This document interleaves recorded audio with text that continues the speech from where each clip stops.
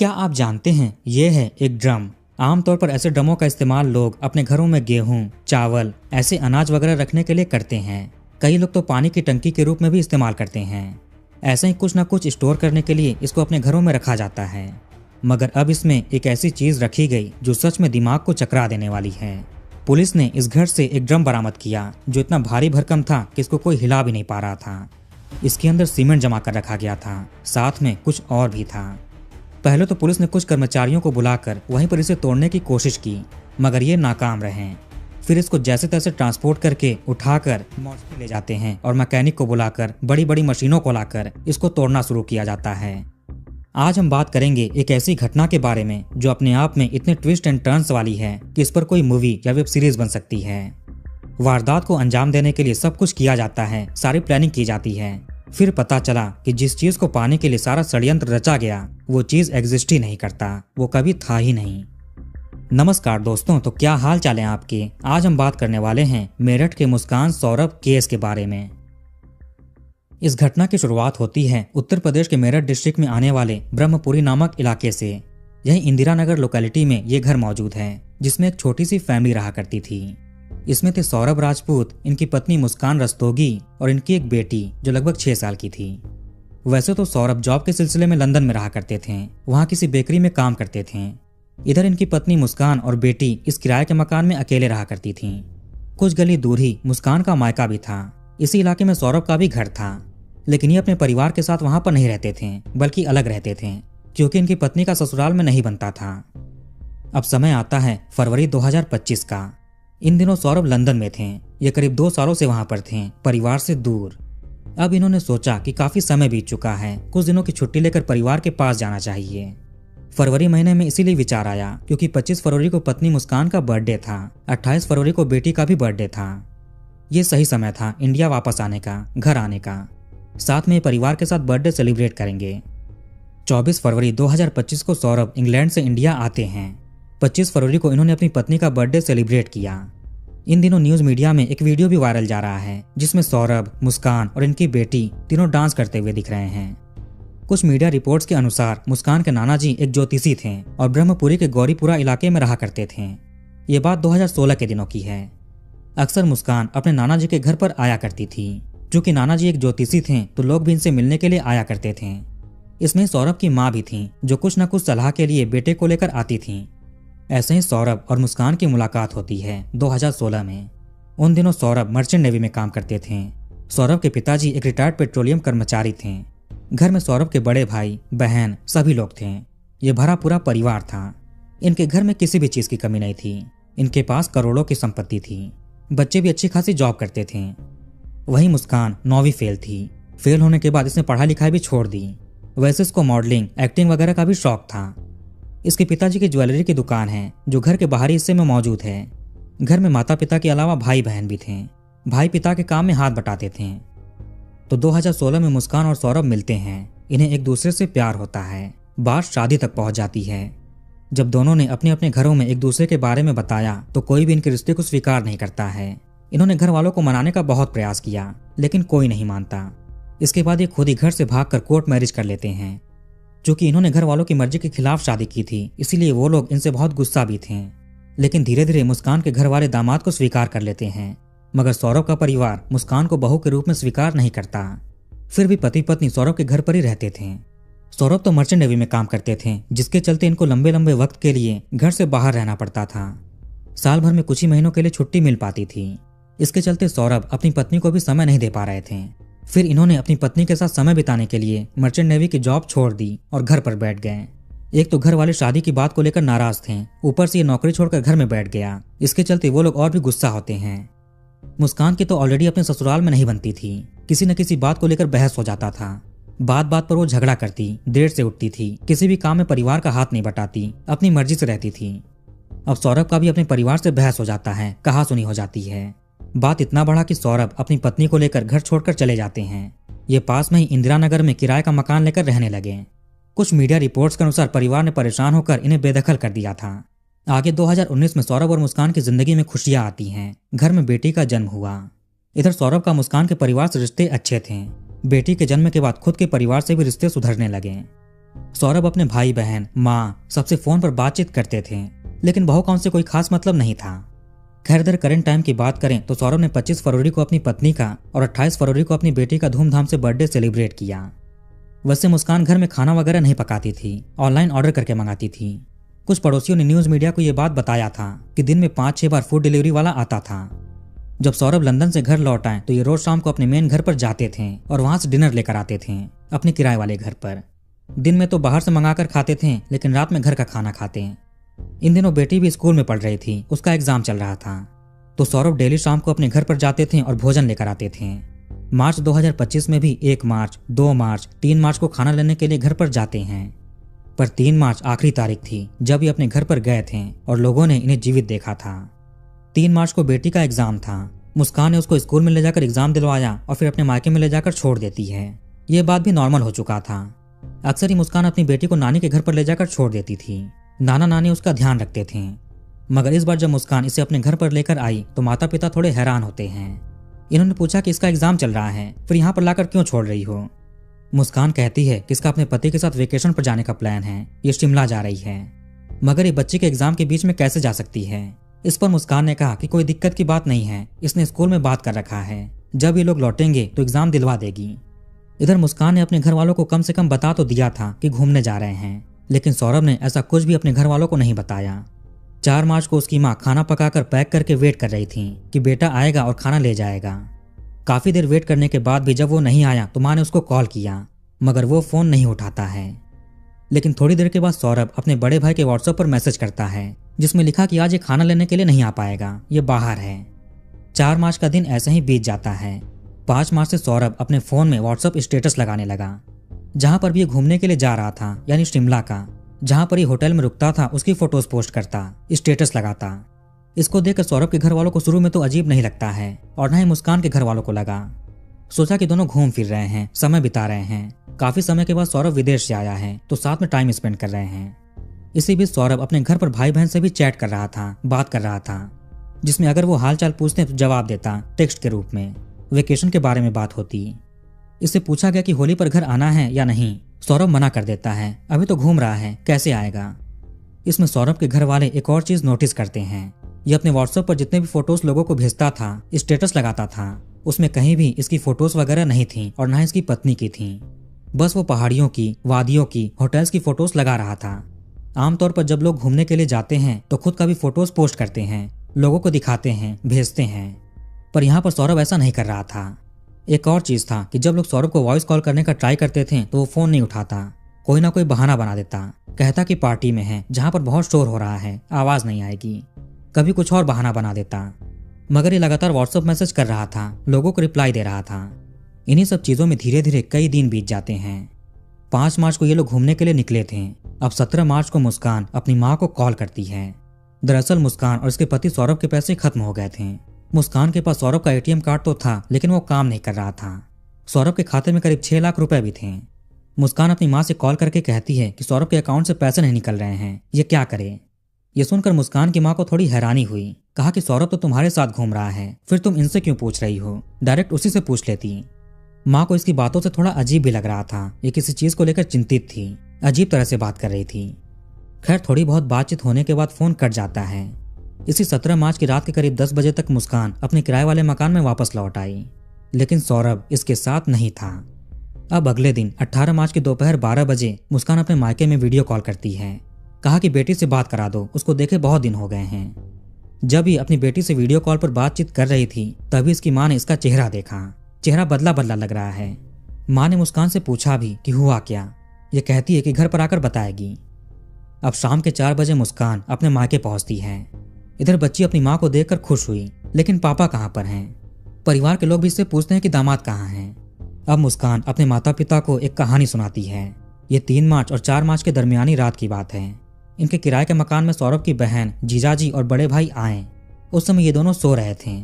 जब उन्होंने दरवाजा नॉक किया तो सौरभ उठकर दरवाजा खोलते हैं। जैसे ही दरवाजा खुला वो लोग सौरभ से हाथापाई करने लगे। घर में शोर होता है।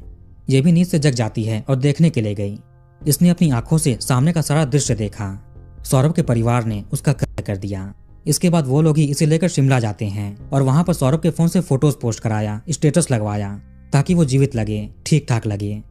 ये कुछ भी नहीं कर सकती थी, मजबूर थी, क्योंकि वो लोग इसके पीछे खड़े थे। कहीं वो लोग इसका भी हश्र वही ना कर दें। इस चीज पर मुस्कान के माता पिता को पहले तो विश्वास नहीं होता है। इसके पीछे कई सारी वजहें थीं। अब आपको उसके बारे में बताते हैं। परिवार के खिलाफ जाकर शादी करने के बाद, मर्चेंट नेवी की नौकरी छोड़ने के बाद और घर से निकाले जाने के बाद इन्हें पैसों की दिक्कत शुरू होने लगी। जिसके बाद सौरभ परतापुर के एक प्लाईवुड कंपनी में काम करने लगते हैं, जॉब करने लगे। लेकिन घर में एक बच्ची का भी जन्म हो चुका था, जिम्मेदारी बढ़ चुकी थी, उसके भविष्य के बारे में भी सोचना था। ये किसी दोस्त की मदद से लंदन चले गए। कुछ मीडिया रिपोर्ट्स के अनुसार ये वहां पर किसी शॉपिंग मॉल में जॉब करने लगते हैं। इनके बाहर जाने के बाद इनके घर में एक आदमी की एंट्री होती है, साहिल शुक्ला। यह आदमी दिल्ली से चार्टर्ड अकाउंटेंट की पढ़ाई कर रहा था। इसके पिता ग्रेटर नोएडा में किसी प्राइवेट कंपनी में जॉब करते थे। माताजी का तो 18 साल पहले ही देहांत हो चुका था। साहिल के जो बड़े भाई थे वो लंदन में किसी IT कंपनी में जॉब करते थे। इनकी बहन भी थी जो कि दिल्ली में नौकरी करती थी। एक और भाई था जो पढ़ाई करता था। यह आदमी साहिल शुक्ला थोड़ा सनकी टाइप का था। अगर आपने एक्टर अल्लू अर्जुन की DJ मूवी देखी होगी तो उसमें एक कैरेक्टर है जो कि विलन का बेटा होता है। वो कैरेक्टर अपनी मृत माँ से बात करता था, उनकी बातें सुनता था। ऐसा ही कुछ साहिल के केस में है। इसे लगता था कि इसकी माँ इसके साथ है, मगर वो तो 18 साल पहले ही दुनिया से जा चुकी थी। यह आदमी काफी अंधविश्वासी था। जादू टोना, काला जादू, भूत प्रेत, आत्माएं, इन सब चीजों में बहुत मानता था। साल 2019 में जब सौरभ मुस्कान की बेटी का जन्म हुआ, उसी दौरान साहिल मुस्कान से मिलता है। साहिल और मुस्कान में कॉमन लिंक भी था। ये दोनों ब्रह्मपुरी के स्वामी विवेकानंद स्कूल में 8वीं कक्षा में साथ में पढ़ते थे। लेकिन फिर साहिल ये स्कूल छोड़कर किसी और स्कूल में चला गया। इधर मुस्कान ने भी 9th फेल होने के बाद पढ़ाई लिखाई छोड़ दी थी। ये दोनों क्लासमेट्स पूरी तरह से अलग हो चुके थे, एक दूसरे को भूल चुके थे। लेकिन फिर 2019 में किसी कॉमन फ्रेंड ने सोचा कि क्यों ना पुराने दोस्तों को ढूंढा जाए और व्हाट्सएप ग्रुप बनाया जाए। इसी तरह से ग्रुप में 8वीं तक साथ में पढ़ने वाले साहिल और मुस्कान जुड़ते हैं। ग्रुप में एक दूसरे को देखकर पुरानी यादें ताजा हो गईं। अब ये प्राइवेटली भी बात करने लगते हैं। पता चला कि मुस्कान जहाँ पर किराए के मकान में रहती है उसके थोड़ी दूर साहिल भी रहता है। ये अपनी नानी के घर पर रह रहा था। पहले तो सभी में ऑनलाइन बातचीत होती है। फिर ग्रुप के बाकी दोस्तों ने मिलकर मेरठ के सॉप्रिक्स मॉल में गैदरिंग करने का प्लान किया, जहां पर आकर सभी लोग एक दूसरे से मिलते हैं, बातचीत होती है। यहीं पर मुस्कान और साहिल भी आमने सामने मिले। 2021 आते आते ये दोनों काफी खुलकर बात करने लगे थे। मुस्कान की बेटी भी थोड़ी बड़ी हो चुकी थी, उसका प्ले स्कूल में एडमिशन करा दिया था। मुस्कान ही उसको हमेशा स्कूल ले जाती और ले आती थी। ऐसे ही रास्ते में साहिल भी मिल जाता था। फिर इसी बीच एक दिन मुस्कान ने साहिल को अपने घर पर चाय पर बुलाया। अब इसके बाद से साहिल का इसके घर पर आने का सिलसिला शुरू हो जाता है। दोनों एक दूसरे के करीब आने लगे। बेटी तो दिन भर स्कूल में होती थी। जिस दिन छुट्टी होती, हॉलीडे होता, उस दिन मुस्कान इसको मायके में छोड़ देती ताकि ये साहिल से अच्छे से मिल सके। दोनों घर पर शराब पार्टी भी किया करते थे। साहिल ने इसको गलत तरह के नशों में भी इन्वॉल्व कर दिया था। अब मुस्कान गृहस्थ जीवन से हटकर अलग जोन में जाने लगी थी। पति तो लंदन में काम कर रहा था, हर महीने वो पैसे भी भेजता था घर के खर्च के लिए, मगर ये लड़की उसको ऑनलाइन फूड ऑर्डर करने में और नशे में उड़ा देती थी। इसका साहिल के साथ एक्स्ट्रा मैरिटल अफेयर शुरू हो चुका था। इसका खुलासा तब होता है जब मकान मालिक ने मुस्कान को किसी अन्य आदमी के साथ, जो साहिल था, उसके साथ अनैतिक अवस्था में देख लिया। ये तुरंत ही कॉल करके सौरभ को सारी बातें बताते हैं। अब 2021 में ही सौरभ घर पर आए। इन्होंने अपनी पत्नी का मोबाइल फोन चेक किया। उसके व्हाट्सएप में साहिल के साथ कई आपत्तिजनक चैट्स मिलते हैं। अब इन्होंने अपनी पत्नी से बात की, उसको समझाने की कोशिश की। साहिल से भी कहा कि परिवार से दूर रहो। कुछ मीडिया रिपोर्ट्स के अनुसार मुस्कान घर से भाग भी गई थी। उस समय सौरभ किसी एग्जाम के सिलसिले में अपने घर गए हुए थे। इसके बाद इन्होंने पुलिस में शिकायत की, लिखित रूप से नहीं, बस कहा था। 11 दिनों के बाद पुलिस मुस्कान और साहिल को ढूंढ लेती है। ये गुरुग्राम में थे। इसके बाद मुस्कान अपने पति के पास चली गई। साहिल पर भी कोई कार्रवाई नहीं होती है, इसको ऐसे ही छोड़ दिया गया। सौरभ अपनी पत्नी को समझाने का काफी प्रयास करते हैं, लेकिन मुस्कान नहीं सुनती। इसके बाद सौरभ ने इसको डाइवोर्स देने का फैसला किया। 2021 में ही डाइवोर्स फाइल भी कर देते हैं। लेकिन इनकी तो एक छोटी सी बच्ची भी थी, उसका क्या होगा? सौरभ मुस्कान को डाइवोर्स देना तो चाहते थे, लेकिन ये अपनी बेटी से दूर नहीं रहना चाहते थे और न ही उसको दुखी देख सकते थे। इसके बाद इन्होंने फैसला किया कि डाइवोर्स नहीं देंगे। दोनों पति पत्नी आपस में कॉम्प्रोमाइज करते हैं, बच्ची के खुशी के लिए, उसके अच्छे भविष्य के लिए। मुस्कान ने भी कहा कि ये साहिल से दूर रहेगी। इसके बाद फिर से सब कुछ नॉर्मल हो जाता है। 2023 में सौरभ वापस लंदन चले गए और किसी बेकरी में काम करने लगे। मुस्कान के माता पिता के अनुसार इन लोगों ने सौरभ से कहा था कि किराए का मकान का कॉन्ट्रैक्ट कैंसिल करवा दो। मुस्कान को बोलो कि ये मायके में आकर रहे, इन्हें कोई दिक्कत नहीं है। पर मुस्कान ऐसा करने से मना कर देती है। सौरभ भी इसकी ही बात सुनता था। यह आदमी अपनी पत्नी के प्यार में बिल्कुल पागल हो चुका था। इसने तो उसके लिए अपने घर, परिवार, माता पिता, करोड़ों की जायदाद, अपनी मर्चेंट नेवी की नौकरी, सब कुछ त्याग दिए थे, बस इसके साथ रहने के लिए। ये उसे बेइंतहा प्रेम करता था, अंधा विश्वास करता था। ये जो भी कहती थी वो बिना सोचे समझे मानता था। इसने मायके में रहने से मना कर दिया, कहा कि किराए के घर में ही रहना है। ये बात सौरभ मान भी लेता है। मुस्कान ने सोचा कि जब इसका पति विदेश चला जाएगा तो ये अपने प्रेमी के साथ खुलकर मिल सकती है। अगर ये अपने मायके में रही तो नहीं मिल पाएगी, और किराए के मकान में तो ये अकेले रहती है, वहां पर जो चाहे कर सकती है, कोई रोकने टोकने वाला नहीं है। कहीं ना कहीं इसके मन में खोट भी था। यही सारी बातें सोचकर मुस्कान के माता पिता को इस पर यकीन नहीं हुआ जब इसने 18 मार्च की शाम को आकर वो सारी बातें बताई कि सौरभ के परिवार ने उसका कर दिया है। वो इस पर जोर देकर पूछते हैं कि सच सच बताओ, अगर उन्होंने ऐसा किया तो तुमने शोर क्यों नहीं बचाया, हमें क्यों नहीं बताया, पुलिस स्टेशन चलकर सारा बयान दो, सारी चीजें बताओ। थोड़ा दबाव देते ही ये अपने माता पिता के सामने सब कुछ कन्फेस कर लेती है। इसने बताया कि इसी ने ही अपने प्रेमी के साथ उसका किया। ये सुनकर फौरन माता पिता बेटी को लेकर थाने पहुंच जाते हैं। उधर जब काफी दिन से सौरभ की उसके घर पर बातचीत नहीं हुई तो उन्होंने भी थाने में शिकायत कराई थी। पुलिस ने मुस्कान रस्तोगी और साहिल शुक्ला को 18 मार्च की शाम तक हिरासत में ले लिया और पूछताछ शुरू कर दी।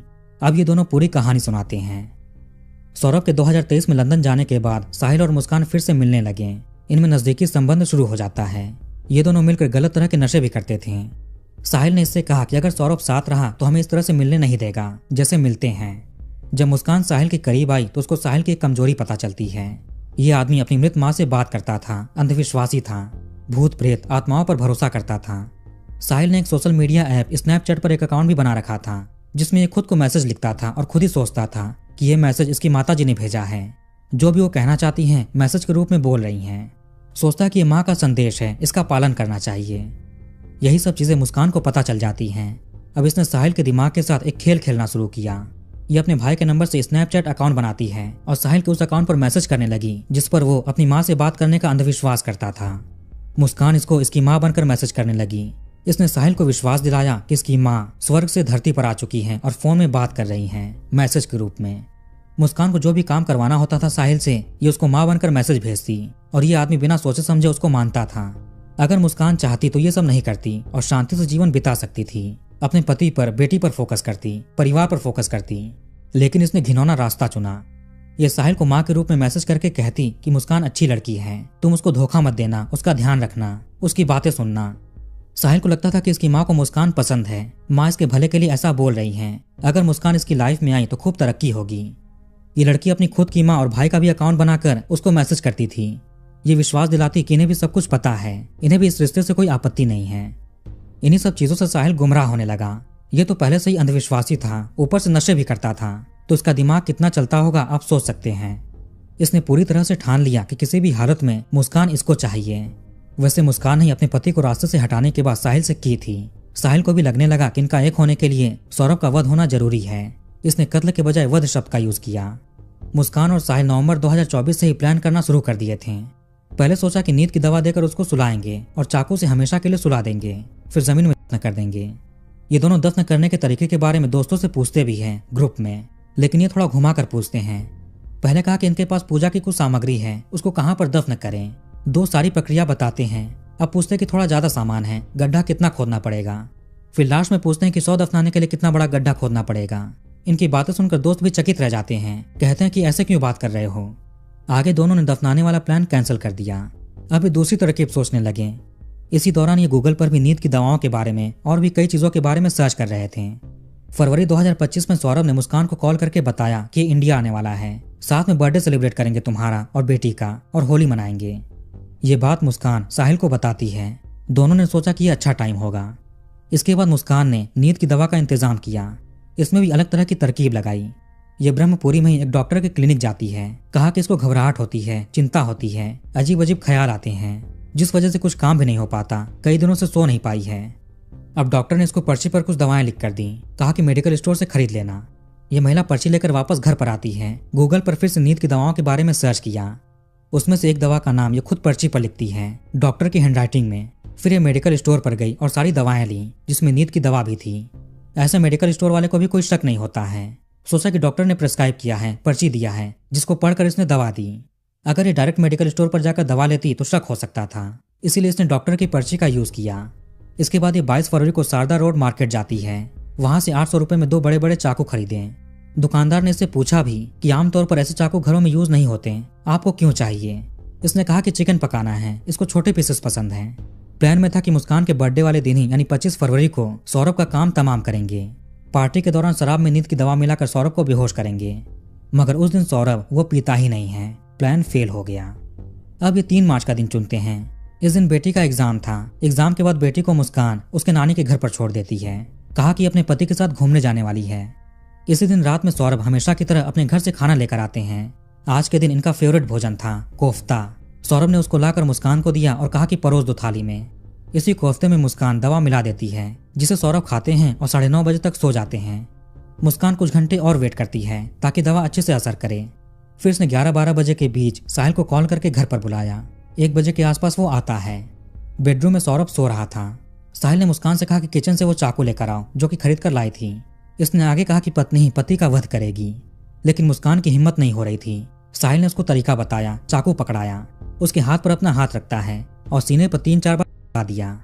इन्होंने पहले रूम में कूलर ऑन कर दिया था ताकि उसकी आवाज में ये शोर दब जाए। कत्ल के बाद दोनों उसे बाथरूम में ले जाते हैं। साहिल ने सर को और दोनों हथेलियों को किया। मुस्कान ने बैग और प्लास्टिक की थैलियां भी खरीद कर रखी थी। एक थैली में सर और दोनों हथेलियों को रखते हैं, बाकी चीज को प्लास्टिक में रैप करके बैग में भरकर बेड में रख देते हैं। मुस्कान ने ब्लिंकिट से 10 किलो ब्लीच मंगा कर रखे थे। उससे घर की सारी सफाई करते हैं। साहिल थैली लेकर चला जाता है जिसमें सर हथेलियां थीं। अभी तक रात के 3 बज चुके थे। अब अकेली मुस्कान को घर में डर लगने लगा। इसने फिर से साहिल को कॉल किया और उसके घर पर चली गई। अब वहां पर दोनों सोते हैं। उसके बाद सुबह हुआ। दोनों उस थैली को लेकर वापस घर पर आते हैं। मुस्कान से साहिल ने कहा कि मार्केट जाओ, सीमेंट, ड्रम और बालू लेकर आओ। मुस्कान शारदा मार्केट घंटाघर के पास जाकर सामान खरीदती है। अलग अलग दुकानों से खरीदें ताकि किसी को कुछ शक ना हो। 1100 रुपए में ड्रम खरीदा, वो भी बिना मोल भाव के। आमतौर पर लोग मोल भाव करते हैं। इसे दुकानदार को अजीब लगता है कि जितने पैसे इसने मांगे बिना बहस किए उसने दे दिए। खैर, इधर जब मुस्कान एक बोरी सीमेंट लेकर घर पर गई तो साहिल कहता है कि इसमें क्या होगा, जाओ और लेकर आओ। फिर मुस्कान 2-3 बोरे और लेकर आती है। फिर इसके बाद इन्होंने ड्रम में सब कुछ भरकर सीमेंट से सील किया। ड्रम को ये रूम में ही रख देते हैं और ताला लगा देते हैं। फिर ये अगले दिन कैब बुक करके घूमने चले जाते हैं। किराए वाले घर पर जितने भी पैसे मौजूद थे मुस्कान ने सारे पैसे ले लिए, जो कि 80 से 84 हजार रुपए थे। सारे पैसे लेकर ये घूमने के लिए निकल जाते हैं। शिमला, मनाली और कसौल। वहां पर ही अलग अलग होटल्स में ठहरते हैं। मुस्कान ने सौरभ का मोबाइल फोन भी ले लिया था, जिनसे फोटोज पोस्ट करती थी, स्टेटस लगाती थी और चैट्स में बात करती थी परिवार से। कुछ मीडिया रिपोर्ट्स के अनुसार दोनों ने वहां पर जाकर किसी मंदिर में शादी भी कर ली। इन्होंने होली का त्योहार वहां पर मनाया। अलग अलग रील्स बना रहे थे। एक वीडियो में तो मुस्कान साहिल का बर्थडे सेलिब्रेट करते हुए भी दिख रही है। इनका यह भी सोच था कि जब तक सीमेंट सूख ना जाए ये लोग घूमेंगे। जब वो सूख जाएगा तो कहीं ठिकाने लगा देंगे, मगर बीच में इनके पैसे खत्म हो जाते हैं। 17 मार्च को मुस्कान अपनी माँ को कॉल करके पूछती है कि सौरभ का अकाउंट काम नहीं कर रहा है, पैसे नहीं निकल रहे हैं। कैश खत्म होने के बाद ये ट्राई कर रही थी सौरभ के अकाउंट से पैसे निकालने का, जिसमें 6 लाख रुपए थे, लेकिन वो निकल नहीं रहे थे। घटना के 14 दिन तक ये घूमते हैं अच्छे से, लेकिन जब पैसे खत्म हो गए तो वापस आना पड़ता है। मगर जब तक ये ड्रम को ठिकाने लगा पाते हैं, मुस्कान ने माता पिता से सब कुछ कन्फेस कर लिया। पुलिस ड्रम को रिकवर करके जैसे तैसे उसको तोड़ती है, ऑटोप्सी के लिए भेजा जाता है। उसमें भी सामने आया कि घटना को करीब 14-15 दिन हुए होंगे। इधर जब पुलिस इन्वेस्टिगेशन के लिए साहिल के घर पर जाती है तो उसके रूम की स्थिति को देखकर ये भी चकित रह जाते हैं। रूम के दरवाजे पर पहले तो ये लिखा था।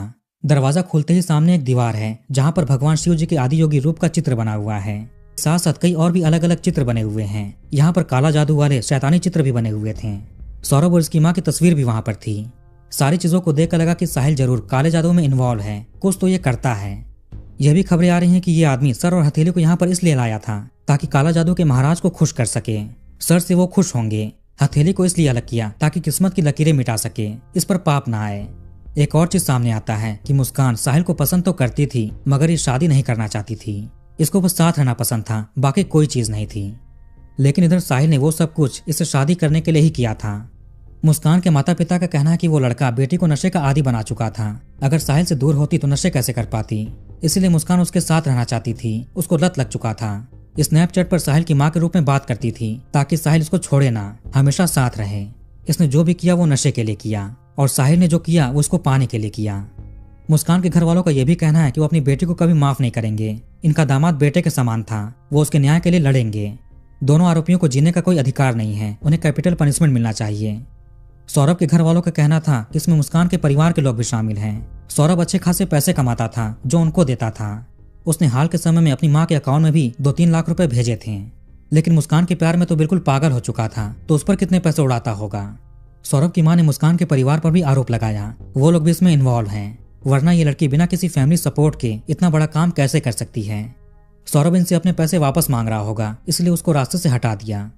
पोस्टमार्टम के बाद 19 मार्च की शाम तक सौरभ का शव परिजनों को सौंप देते हैं, जिसके बाद उसका अंतिम संस्कार होता है। इसमें मुस्कान के माता पिता शामिल नहीं हुए। पुलिस मुस्कान और साहिल को अरेस्ट करके जेल भेज देती है। जब कोर्ट में इनकी पेशी हुई तो कई सारे वकील इनकी पिटाई कर देते हैं। जैसे तैसे पुलिस इन्हें बचा कर ले जाती है। इनकी निशानदेही पर कत्ल में यूज हुए चाकू, दोनों के मोबाइल फोन जिसमें इनकी तस्वीरें थीं, व्हाट्सएप चैट्स थे, इसके अलावा कई और चीजें भी थीं। फर्श को साफ करने में जितने भी केमिकल्स यूज किए सब कुछ बरामद कर लिया जाता है। इन दोनों ने जिन चीजों को पाने के लिए ऐसी साजिश रची उसको अंजाम दिया। अंत में जाकर इनको बस एक ही चीज मिलती है, सलाखें। तो वीडियो कहीं पर खत्म करते हैं और कमेंट करके अपनी राय बताइए। इस वीडियो को लाइक और शेयर जरूर करिए और हमारे चैनल को सब्सक्राइब करके बेल आइकन ऑन कर लीजिए। मिलते हैं नेक्स्ट वीडियो में। धन्यवाद।